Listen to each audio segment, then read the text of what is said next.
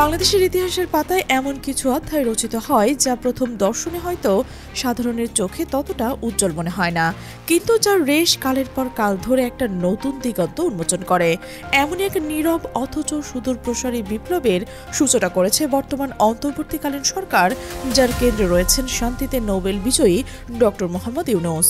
যখন দেশের রাজনৈতিক মঞ্চে নানা নাটকীয়তার আনাগোনা, তারেক রহমান ও খালেদা জিয়ার রাজনৈতিক ভবিষ্যৎ নিয়ে জল্পনা কল্পনা তুঙ্গে, তখন ডক্টর ইউনূস এক ভিন্ন ধারার নেতৃত্ব দিয়ে চলেছেন। একের পর এক এমন সব মাইল ফলক অতিক্রম করছেন যা গত ৭১ বছরের ইতিহাসে কোনো সরকার কল্পনা করতে পারেননি। এর আগে বিচার বিভাগকে নির্বাহী বিভাগ থেকে সম্পূর্ণ পৃথক করার মতো যে অসাধ্য সাধন করে দেখিয়েছেন, তার রেশ কাটতে না কাটতেই এবার তিনি হাত দিয়েছেন আরও গভীর ও আরও ঐতিহাসিক সমস্যার মূলে, বাংলাদেশের পুলিশ ব্যবস্থার আমূল সংস্কারে। এটি কেবল একটি প্রশাসনিক সিদ্ধান্ত নয়, এটি একটি দেশের মেরুদণ্ড সোজা করার দীর্ঘ প্রতীক্ষিত এক পদক্ষেপ, যা প্রায় ২৫ বছরের ইতিহাসকে ভেঙে এক দৃষ্টান্ত স্থাপন করেছে। ব্রিটিশ পিরিয়ড থেকে শুরু করে পাকিস্তান আমল, এমনকি স্বাধীন বাংলাদেশের দীর্ঘ ইতিহাসেও পুলিশের কাঠামোগত সংস্কারের সুদূর প্রসারী উদ্যোগ কার্যত অনুপস্থিত ছিল। আর সেই অনুপস্থিতিতে জন্ম হয়েছে এক গভীর ক্ষোভ, যা দেশের বিচার ব্যবস্থা, আইন শৃঙ্খলা পরিস্থিতি এবং সর্বোপরি জনগণের আস্থার সংকটকে বাড়িয়ে তুলেছিল দিনের পর দিন। বাংলাদেশের অন্যতম মৌলিক সমস্যা হিসেবে চিহ্নিত করা পুলিশকে পুলিশ মানে বাটপার, পুলিশ মানে দুর্নীতিবাজ, এই ধরনের উক্তি সমাজে এতটাই প্রচলিত ছিল যে তা প্রায় জনশ্রুতিতে পরিণত হয়েছে। হাতে গোনা কিছু সৎ পুলিশ সদস্য থাকলেও কাঠামোগত দুর্বলতা এবং সিস্টেমের অসাধুতা এতটাই প্রবল যে তাদের সত্যতাও প্রায়শই কোনো কাজে আসে না। একজন সৎ পুলিশ কর্মকর্তা হয়তো তার নিজস্ব পরিমণ্ডলের সৎ থাকতে পারেন, কিন্তু যখন বৃহত্তর ব্যবস্থার সঙ্গে তাকে গণসংযোগ ঘটে, তখন দুর্নীতি দুষ্ট চক্র তাকে আটকে ফেলে। আপনি আদালতে একটি ওয়ারেন্ট নিয়ে এসেছেন একজন অপরাধীকে ধরার জন্য, অথচ সেই অপরাধীকে ধরতে যাওয়ার জন্য আপনাকে টাকা গুনতে হচ্ছে। ঘুষের এই রমরমার কারবার, ক্ষমতার অপব্যবহার এবং থানার ভিতরের অন্ধকারের জগৎ এতটাই সর্বজন বিদিত যে কোনো ভদ্র ঘরের মানুষ সহজে তাদের কন্যাকে পুলিশের কাছে বিয়ে দিতে চাইবে না, অথচ বাহিনীর ভেতরে অনেক ভালো এবং সৎ তরুণও রয়েছেন। পুলিশের ঊর্ধ্বতন কর্মকর্তা যেমন ডিজি পর্যায়ের অনেকে কর্মকর্তা ব্যক্তিগতভাবে অত্যন্ত সৎ হতে পারেন, কিন্তু মাঠ পর্যায়ের বাস্তবতা ভিন্ন। ডিজি তো আর আসামি ধরতে চান না, তদন্তও করেন না, জনগণের সঙ্গে সরাসরি তাদের কোনো যোগাযোগ নেই। জনগণের সঙ্গে সরাসরি যোগাযোগ রাখেন ওসি, এসআই, আরও নিচু পদের কর্মকর্তারা, এবং তাদের একাংশ ঘিরে যে দুর্নীতির অভিযোগ তা এতটাই ব্যাপক যে কোনো কাজে টাকা পয়সা ছাড়া হাত দেয় না তারা। কোর্টে করা একটি মামলার তদন্তে প্রভাব খাটানোর থেকে শুরু করে সঠিক তদন্ত নিশ্চিত করা পর্যন্ত সব ক্ষেত্রেই টাকার খেলা চলে। আর যদি প্রতিপক্ষ তদন্ত কর্মকর্তাকে অর্থ দিয়ে ম্যানেজ করতে পারে, তাহলে তো কথাই নেই, তদন্তের কোনো প্রমাণ পাওয়া যায়নি বলে সহজেই ফাইল চাপা পড়ে যায়। এটি ৯৯% বা তারও বেশি ক্ষেত্রে ঘটে থাকে বলে অভিযোগ। হয়তো হাজার হাজার মানুষের মধ্যে একজন সৎ পুলিশ কর্মকর্তা খুঁজে পাওয়া যায় যিনি কোনো পক্ষের অর্থ গ্রহণ না করে সত্যের পথে থাকেন, কিন্তু এই সংখ্যা এতটাই নগণ্য যে তার মূল প্রবণতাকে ঢেকে দিতে পারে। এদেশের ফ্যাসিবাদী শাসন কায়েম করা সরকারগুলো বারবারই পুলিশকে ব্যবহার করছেন নিজেদের হীন স্বার্থে। ভোট চুরি থেকে শুরু করে রাজনৈতিক প্রতিপক্ষকে দমন পুলিশ ছিল তাদের প্রধান হাতিয়ার, অথচ পুলিশ জনগণের আস্থার প্রতীক হওয়ার কথা ছিল, কিন্তু তারা উল্টো জনরোষের শিকার হয়েছে বারবার। যখন পুলিশ ডলা খেয়েছে, মার খেয়েছে, তাদের উপর আঘাত এসেছে, অনেকেই এর পেছন থেকে তাদেরই বছর পর বছর ধরে চালিয়ে যাওয়া নোংরামি ও অসাধুতাকেই দায়ী করছেন। যুগ যুগ ধরে এই চক্র চলে আসছে। বিএনপি ক্ষমতায় থাকলে আওয়ামী লীগকে পেটাতে পুলিশকে ব্যবহার করেছে, আবার আওয়ামী লীগ ক্ষমতায় এসে বিএনপিকে দমন করতে সেই একই পুলিশকে ব্যবহার করেছে। এই দুষ্ট চক্র থেকে মুক্তি পাওয়াটা ছিল সময়ের দাবি, এক অর্থে রাষ্ট্রকে বাঁচানোর অন্যতম পূর্বশর্ত। এই পটভূমিতে প্রফেসর ইউনূস সরকার যে যুগান্তকারী পদক্ষেপ গ্রহণ করেছেন, ২৫ বছর ধরে অবহেলিত একটি প্রস্তাব, একটি পুলিশ কমিশন গঠনের অধ্যাদেশ অনুমোদন করে নতুন ইতিহাস সৃষ্টি করেছে। এটা এতটাই গুরুত্বপূর্ণ একটি ঘটনা যা বাংলাদেশের মৌলিক কাঠামো পরিবর্তন করে দেয়, অথচ আশ্চর্যের বিষয় হলো এই গভীর তাৎপর্যপূর্ণ সিদ্ধান্তের আলোচনা সাধারণ মানুষের মধ্যে সেভাবে পৌঁছয়নি। সরকারের কিছু চমকপ্রদ সিদ্ধান্ত গণমাধ্যমে আসতেই ভাইরাল হয়ে যায়, হাজার হাজার লাইক, কমেন্ট আর শেয়ারে ভেসে যায় সামাজিক মাধ্যম, কিন্তু 5 সদস্যের পুলিশ কমিশন গঠনের এই অধ্যাদেশ অনুমোদন সাধারণের মধ্যে তেমন করে আলোড়ন সৃষ্টি করতে পারেনি।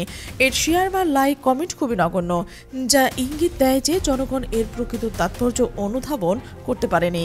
কিন্তু এটাই সত্যি বাংলাদেশের মোড় ঘুরিয়ে দেওয়ার মতো এক তাৎপর্যপূর্ণ ঘটনা। পুলিশকে ঘিরে যত সমস্যা, যত অভিযোগ, দুর্নীতির রাজনীতিকরণ, জবাবদিহিতার অভাব, এই কমিশনের মাধ্যমে তার মৌলিক সমাধানের পথ উন্মুক্ত হতে যাচ্ছে। এই কমিশন নানান বিষয়ে রিপোর্ট প্রদান করবে, যার ফলে পুলিশ জবাবদিহিতা নিশ্চিত হবে, দুর্নীতির লাগাম টেনে ধরা সম্ভব হবে। ইতিহাসের পাতায় এমন কমিশন গঠনের সাফল্যের নজির অসংখ্য। এক সময় দেখা যাবে বাংলাদেশের পুলিশও ফ্রান্স, ইউরোপ বা আমেরিকার পুলিশের মতো পেশাদার হয়ে উঠবে। তারা কোনো দল বা ব্যক্তিকে চিনবে না, চিনবে অপরাধীকে এবং মানুষের সেবাকে। তখন পুলিশের চাকরিতে ঘুষ খেয়ে বড়লোক হওয়ার যে আগ্রহ, এটা থাকবে না। এটি আর অন্য 10টি চাকরির মতো কেবল একটি জীবিকা হবে, বরং এর সঙ্গে যুক্ত হবে কষ্ট আর ঝুঁকি। যে কোনো সময় মাঠে নেমে আসামি ধরা, নদীর গভীরে ঝাঁপ দেওয়া, এসব ঝুঁকিপূর্ণ কাজ করার আগ্রহ হয়তো অনেকেরই থাকবে না। কিন্তু বর্তমানে যে পুলিশের চাকরি মানে অল্প সময় ধনী হয়ে যাওয়া এবং ঘুষ খাওয়ার অবাধ সুযোগ, এই ধারণাটা সম্পূর্ণভাবে বিলুপ্ত হয়ে যাবে। এক কথায় বলতে গেলে বাংলাদেশের ইতিহাস তো বটেই, এমনকি ব্রিটিশ ও পাকিস্তান আমলেও, অর্থাৎ গত 175 বছর বা তারও আগে থেকে আসা পুলিশের সমস্যা সমাধানে এমন করে বলিষ্ঠ সুদূরপ্রসারী উদ্যোগ আর কখনোই নেওয়া হয়নি। এতদিন ধরে কেবল দলীয়করণই চলেছে। যে সরকার এসেছে, পুলিশ সেই সরকারের আজ্ঞাবহ হিসেবে কাজ করেছে। কিন্তু প্রফেসর ইউনূসের এই উদ্যোগ পুলিশকে একটি পেশাদার বাহিনীতে পরিণত করবে, যেখানে সরকার আসবে যাবে, ক্ষমতার পরিবর্তন হবে, কিন্তু পুলিশ তার নিজস্ব পেশাদারিত্বের মধ্যে থাকবে। ইউরোপ, আমেরিকা, এমনকি সৌদি আরব, মধ্যপ্রাচ্য বা কাতারের পুলিশের দিকে তাকালে দেখা যায় তারা কতটা সুসংগঠিত ও বিতর্কমুক্ত। তাদের রাজনৈতিকভাবে ব্যবহার করা যায় না। এই পুলিশ কমিশন গঠনের মাধ্যমে যেসব বিষয় সামনে আসবে এবং যে উদ্দেশ্যে গঠিত হচ্ছে, তা পুলিশকে এমনভাবে সংস্কার ও স্বাধীন করবে যে তারা আর শুধুমাত্র রাষ্ট্রকে মন্ত্রণালয়ের অধীনে থাকা একটি আজ্ঞাবহ বাহিনী থাকবে না। বিচার বিভাগের স্বাধীনতার মতোই পুলিশও এক ধরনের স্বাধীনতা অর্জন করবে। 5 সদস্য বিশিষ্ট এই পুলিশ কমিশন গঠনের জন্য অধ্যাদেশ চূড়ান্তভাবে অনুমোদন দিয়েছে উপদেষ্টা পরিষদ। কমিশনের প্রধান হিসেবে থাকবেন সুপ্রিম কোর্টের একজন ভারপ্রাপ্ত বিচারপতি। গত বৃহস্পতিবার রাজধানীর তেজগাঁওয়ে প্রধান উপদেষ্টার কার্যালয়ে অনুষ্ঠিত উপদেষ্টা পরিষদ সভায় পুলিশ কমিশনের অধ্যাদেশ 2025-এর সংশোধনী প্রস্তাব অনুমোদন করা হয়েছে। এই সভার সভাপতিত্ব করেন প্রধান উপদেষ্টা প্রফেসর মোহাম্মদ ইউনূস। তার এই পদক্ষেপ সত্যি ইতিহাসের পাতায় নিজের নাম স্বর্ণাক্ষরে লিখে রেখেছেন। বৈঠক শেষে ফরেন সার্ভিস একাডেমিতে আয়োজিত এক সংবাদ সম্মেলন পরিবেশ ও জলবায়ু পরিবর্তন বিষয়ক উপদেষ্টা সৈয়দ রেজওয়ানা হাসান এই তথ্য জানান। অত্যন্ত ক্ষমতাশীল এবং নীতিবান এই উপদেষ্টার বক্তব্য স্পষ্ট হয়ে ওঠে যে এই কমিশনের গুরুত্ব কতটা সুদূরপ্রসারী। তিনি আরও জানান যে সুপ্রিম কোর্টের অবসরপ্রাপ্ত বিচারপতি ছাড়াও কমিশনে থাকবেন একজন অবসরপ্রাপ্ত জেলা ম্যাজিস্ট্রেট, একজন অবসরপ্রাপ্ত অতিরিক্ত পুলিশ মহাপরিদর্শক, একজন কর্মরত বা অবসরপ্রাপ্ত বিশ্ববিদ্যালয়ের অধ্যাপক এবং মানবাধিকার ও সুশাসনের বিষয়ে কমপক্ষে 15 বছর কাজ করার অভিজ্ঞতা সম্পন্ন একজন বিশেষজ্ঞ। এই বহুমুখী ও অভিজ্ঞ সদস্যদের সমন্বয়ে গঠিত কমিশন নিশ্চিত করবে যে পুলিশ তার ইচ্ছামতো মানবাধিকারের লঙ্ঘন করতে পারবে না। এমনকি কোনো পরিস্থিতি নিয়ন্ত্রণ করতে গেলেও পুলিশ তার বেপরোয়া লাঠিচার্জ করতে পারবে না। লাঠিচার্জ এমনভাবে নিয়ন্ত্রিত হবে যাতে পুলিশ নিয়ন্ত্রণে আসে, অথচ কারো ওপর ভয়ানক আঘাত আসবে না। সুতরাং সত্যিকার অর্থে 175 বছর পর এই পুলিশ কমিশন গঠন বাংলাদেশের ইতিহাসে এক নতুন মাইলফলক।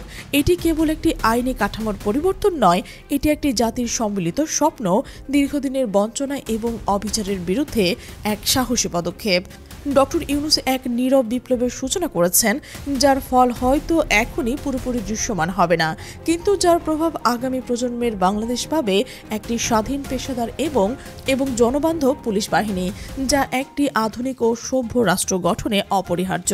এই পরিবর্তন শুধু পুলিশের কার্যক্রম নয়, পুরো রাষ্ট্রের কাঠামো এবং জনগণের সঙ্গে রাষ্ট্রের সম্পর্কেরও নতুনভাবে সংজ্ঞায়িত করবে। এই উদ্যোগ যা 250 বছরের পুরনো একটি অচলায়তনকে ভেঙে ফেলার স্বপ্ন দেখাচ্ছে, নিঃসন্দেহে বাংলাদেশের ইতিহাসে এক স্বর্ণালী অধ্যায় রচনা করবে। এর মাধ্যমে শুধু পুলিশ ব্যবস্থার সংস্কারই হবে না, বরং সামগ্রিক বিচার ও প্রশাসন ব্যবস্থায় নতুন এক মানদণ্ড তৈরি হবে, যা দেশের গণতন্ত্র ও সুশাসনের পথে এক দীর্ঘ পথ খুলে দেবে।